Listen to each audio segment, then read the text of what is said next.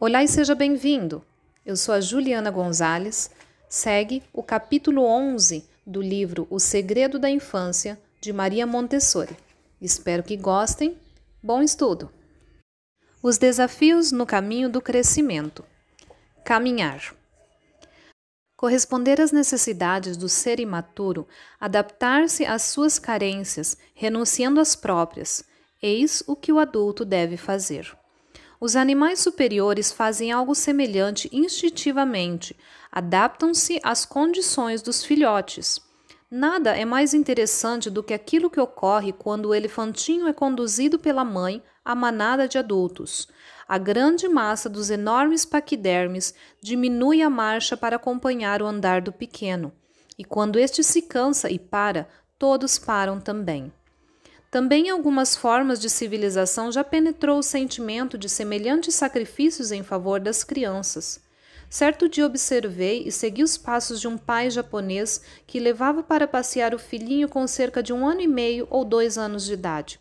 De repente, o menino abraçou-se às pernas do pai e este parou e ficou à disposição do filho, que começou a dar voltas em torno da perna escolhida. Quando o menino terminou o exercício, recomeçou o lento passeio. Mas, pouco depois, o menino sentou-se à beirada da calçada e o pai parou ao seu lado. O rosto paterno estava sério e normal, não fazia nada de excepcional. Era simplesmente um pai que levava o filho para passear. Assim se deveria fazer para possibilitar às crianças o exercício essencial do caminhar, na época em que o organismo tem a necessidade de fixar tantas coordenações motoras, tendem a estabelecer o equilíbrio do indivíduo e a realizar aquela enorme dificuldade reservada aos seres humanos de caminhar ereto apenas sobre 2 pernas. Embora o homem possua um corpo formado de partes que correspondem às dos mamíferos, ele deve andar não sobre 4, mas apenas sobre 2 membros articulados. Até mesmo os macacos possuem membros superiores muito compridos para poderem apoiar as mãos no solo quando caminham. Só o homem deve confiar completamente a 2 membros todas as funções da deambulação em equilíbrio, em vez da deambulação com o corpo apoiado. Quando, pois, os mamíferos andam, levantam sempre 2 patas diagonais, de modo que o corpo está sempre sobre 2 apoios. O homem, porém, alterna seu apoio sobre um só pé. Essa dificuldade é resolvida pela natureza, mas com 2 meios. Um é o instinto e o outro é o esforço voluntário individual. A criança não desenvolve a capacidade de caminhar ereta esperando, mas caminhando.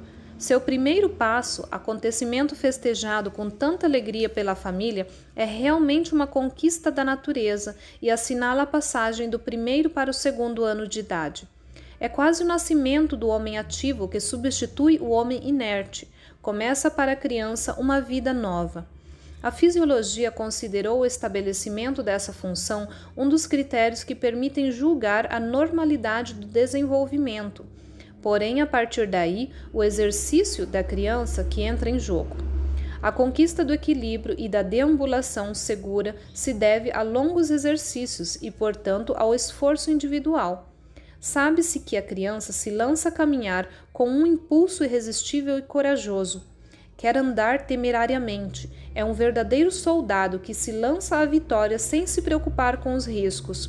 É por isso que o adulto deseja colocá-la ao abrigo dos riscos, com proteções que são obstáculos, procura mantê-la protegida no interior do cercado ou prende-a no carrinho no qual é levada para passear por longo tempo, mesmo quando já possui pernas robustas. Isso acontece porque a criança tem o passo mais curto que o adulto e tem menos resistência que ele nas longas caminhadas, e o adulto é incapaz de renunciar a seu próprio ritmo. Mesmo quando o adulto é uma nurse, isto é, uma pessoa especializada e dedicada exclusivamente a cuidar de uma só criança, é a criança que deve adaptar-se às condições da nurse e não esta àquela. A nurse caminhará no seu ritmo normal, diretamente para o local escolhido como meta do passeio, empurrando o carrinho no qual a criança tem quase a mesma função de uma bela fruta que se leva ao mercado numa carriola. Só quando a nurse chega à meta, um belo parque, por exemplo, senta-se, tira a criança do carrinho e deixa andar no gramado sob sua vigilância. Todo esse tratamento tem em vista o corpo da criança, sua vida vegetativa e a proteção contra qualquer perigo externo, mas não as necessidades essenciais e construtivas da vida das relações.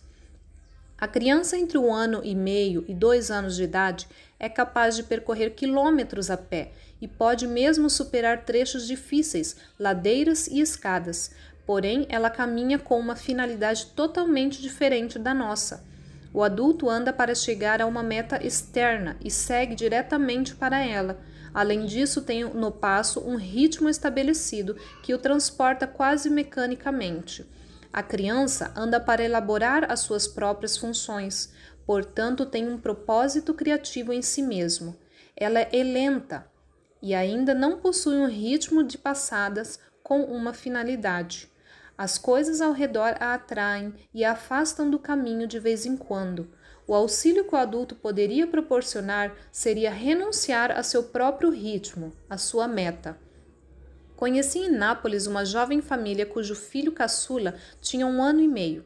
Para chegarem à praia no verão, precisavam percorrer cerca de 1,5 km de uma estrada íngreme que descia o morro, quase impraticável para carros e carrinhos de bebê.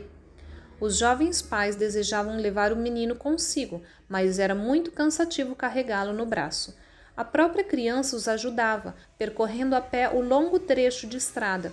Parava de quando em quando, perto de alguma flor, ou sentava-se na grama para observar algum animal. Certa vez permaneceu cerca de 15 minutos observando atentamente um jumento que pastava. Assim, todos os dias ele descia e subia o longo e difícil caminho sem se cansar. Conheci na Espanha 2 crianças entre 2 e 3 anos de idade que faziam passeios de 2 quilômetros e muitas que passavam mais de 1 hora descendo e subindo escadas de degraus muito estreitos. Ainda a propósito desse aspecto, existem mães que se referem aos caprichos de seus filhos pequenos. Certa vez uma senhora perguntou-me a respeito dos caprichos de uma menininha que andava sozinha havia apenas poucos dias. Ela gritava ao ver as escadas e, quando a pegavam no colo para descê-las, tinha acessos de raiva. A mãe temia ter observado mal, porque lhe parecia ilógico que a menina realmente se agitasse e chorasse justamente quando passava pelas escadas, e pensava que talvez fosse uma mera coincidência. Mas era claro que a menina desejava descer e subir escadas sozinha.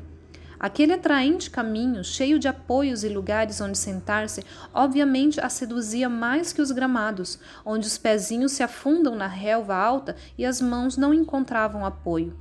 Mas os gramados eram o único lugar onde lhe permitiam ficar, sem ser tomada nos braços de um adulto ou colocada num carrinho. É fácil observar que as crianças procuram se mover e caminhar. E uma escada ao ar livre estará sempre cheia de crianças que sobem, descem, sentam-se, levantam-se, deixam-se escorregar.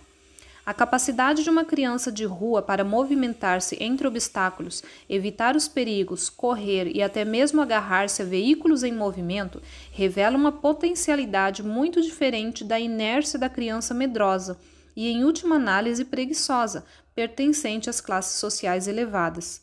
Nenhuma das duas foi ajudada a se desenvolver. Uma permaneceu abandonada no ambiente inadequado e cheio de perigos, onde vive o adulto. A outra foi reprimida ao ser retirada desse ambiente perigoso e afastada dele por obstáculos protetores.